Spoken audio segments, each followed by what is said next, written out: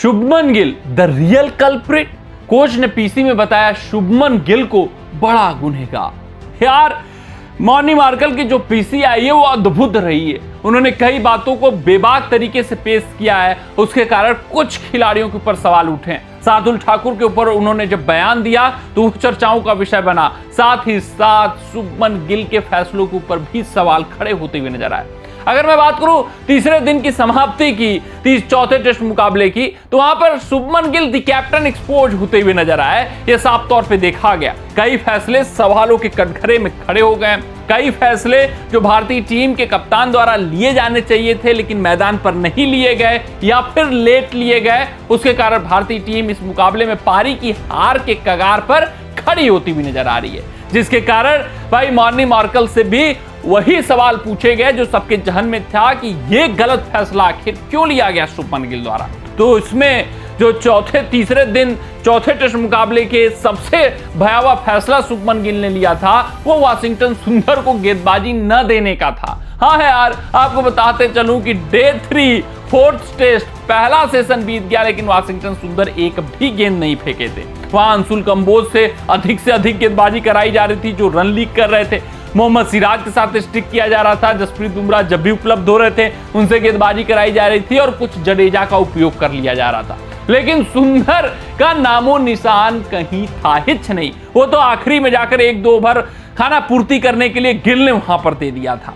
मगर सुंदर जो भाई पिछले टेस्ट मुकाबले में सबको इंप्रेस किए हुए थे, जो ड्रिफ्ट के साथ बल्लेबाजों को परेशान कर रहे थे, क्योंकि मैं आपको बताऊं कि जब आपके पिच में कोई भी मदद ना हो स्पिन गेंदबाजों को तो आप हवा में बीट कर सकते हैं, आप ड्रिफ्ट से बीट कर सकते हैं। और सुंदर में वो खासियत, वो खूबी तीसरे टेस्ट मुकाबले में देखा गया था। तो उम्मीद थी कि चौथे टेस्ट मुकाबले में शुभमन गिल उनका बेहतर ढंग से उपयोग करेंगे, लेकिन वो उपयोग नहीं आता है, बहुत लेट लगाया जाता है। तब तक ओली पोप और जो रूट पूरा डैमेज कर चुके थे।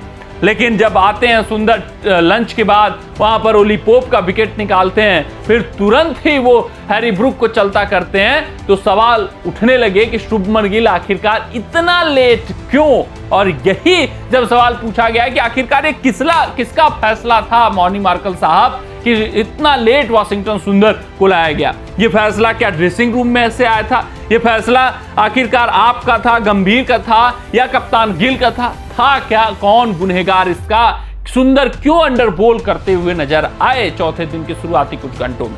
तो भाई साफ तौर पे वहां पर मॉर्नी मार्कल ने पल्ला झाड़ा है। उन्होंने बताया कि ये कप्तान गिल का फैसला है। और अगर मैं इनडायरेक्टली तौर पे बोलूं तो अगर आप गिल को गुनहगार मान रहे हो तो उनका कहना है कि गिल गुनहगार हैं। गिल का फैसला था कि वो स्टिक करें पेसरों के साथ एक्स्ट्रा और उसका खामियाजा आपने देखा ही। अगर मैं मॉर्नी मार्कल के एग्जैक्ट स्टेटमेंट की बात करूं तो बकौल मॉर्नी मार्कल वो बोलते हुए नजर आए कि Shubman made that call to stick longer with seam option.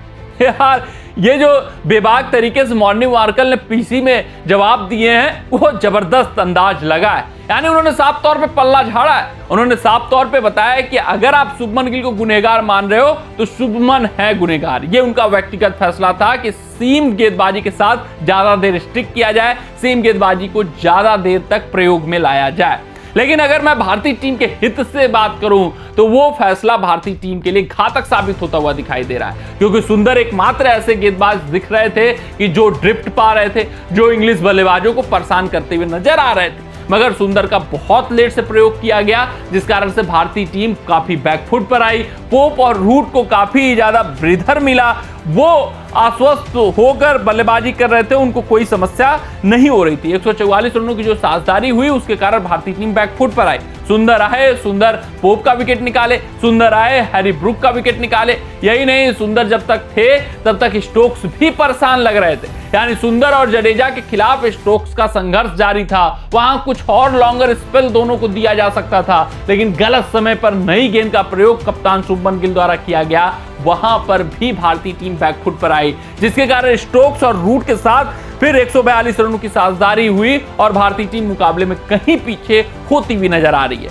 पारी के हार का खतरा मंडरा रहा है भारतीय टीम के ऊपर। अगर मैं बात करूं हाल फिलहाल तो इंग्लैंड 544 रन 7 विकेटों के नुकसान पर बना चुकी है और भारतीय टीम 186 रनों से इस मुकाबले में पीछे है। देखना दिलचस्प रहेगा कि स्टोक्स कल के दिन कितना खेलते हैं और क्या वो शतक ठोक पाते हैं नहीं ठोक पाते हैं। शुभमन गिल अपने कप्तानी में क्या कुछ सुधार लाएंगे कल के दिन, इन सभी बातों पर सबका निगाह रहेगा।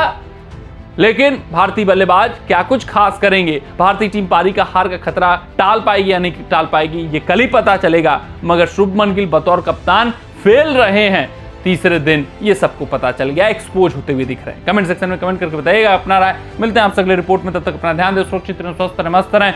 जय हिंद, जय भारत।